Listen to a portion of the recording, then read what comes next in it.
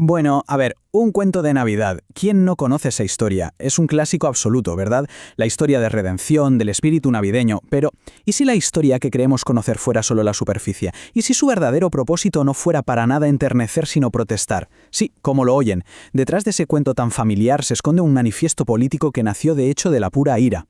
Vamos a descubrirlo. Y miren, este contraste lo resume, pues todo. Por un lado tenemos el mito, la dulce historia sobre la alegría navideña. Pero por el otro está la realidad, un panfleto político sobre la injusticia social. O sea, Charles Dickens no estaba escribiendo una bonita tarjeta de felicitación, estaba forjando un manifiesto. Esta historia, de verdad, nació de la indignación y fue diseñada como un arma en la lucha por la justicia social. Así que, para entender de verdad la historia, primero hay que entender la furia que la impulsó.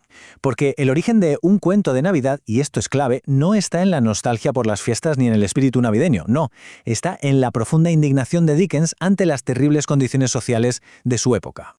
Y todo tuvo un punto de inflexión. Una visita que lo cambió absolutamente todo.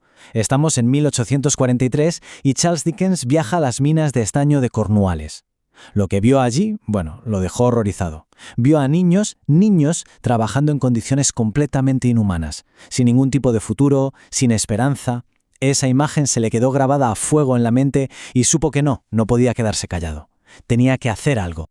Y aquí es donde toma una decisión estratégica que es, de verdad, brillante. A ver, su plan original era escribir un ensayo político, ¿no? Un argumento muy racional, para apelar a la mente. Pero se dio cuenta de que eso no iba a ser suficiente. Para provocar un cambio de verdad, necesitaba llegar al corazón de la gente. Así que, ¡zas!, cambió el ensayo por una historia de fantasmas. Porque él sabía que la gente tenía que sentir la injusticia en sus propias carnes, no solo entenderla con la cabeza. Y se puso a escribir con una urgencia febril. Imagínense, le tomó solo 6 semanas escribir el libro entero. ¡6 semanas! Se cuenta que caminaba kilómetros y kilómetros cada noche por las calles de Londres canalizando toda esa furia en cada palabra, en cada página. Es que para él esto no era solo escribir un libro, era una misión. Muy bien, ahora vamos a meternos de lleno en los personajes para ver cómo se desarrolla todo esto. Porque, claro, cada fantasma, cada figura que aparece en esta historia no es solo un personaje y ya está. No, es un símbolo, una pieza clave de un argumento mucho, mucho más grande. Empecemos, como no, por el mismísimo Ebenezer Scrooge. Él no es solo un viejo avaro, para nada. Scrooge es la encarnación de la codicia de toda la sociedad industrial, de esa indiferencia hacia los pobres. Y ojo, aquí va un dato curioso. Su nombre, al parecer, proviene de un error. Dickens vio una lápida que ponía Millman, o sea, comerciante de harina, pero él leyó Mean Man, hombre malvado, y pensó, perfecto, ese era el epitafio ideal para el personaje que tenía en mente. Luego, claro está, Jacob Marley. Su fantasma es una imagen que ilustra el mensaje de Dickens a la perfección. A ver, esas cadenas que arrastra no son un castigo que le viene del más allá, no. Son una elección que él mismo hizo en vida. Están forjadas literalmente con las cosas que él priorizó. Cajas de caudales, llaves, libros de contabilidad. Es una metáfora visual potentísima de cómo al final somos nosotros mismos los que construimos nuestras propias prisiones. Pero quizá el simbolismo más directo, y uno que a menudo se nos olvida, se esconde bajo la túnica del espíritu de la Navidad presente. Ahí aparecen 2 niños, con un aspecto terrible, son la ignorancia y la miseria.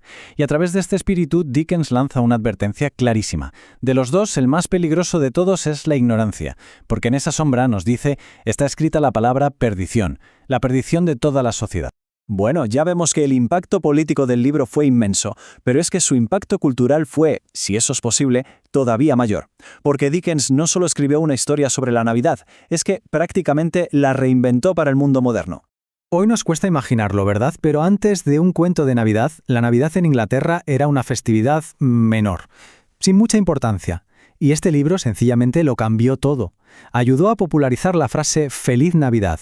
Convirtió la cena con pavo en la tradición por excelencia y, sobre todo, cimentó la idea de la Navidad como una época para la familia y la caridad.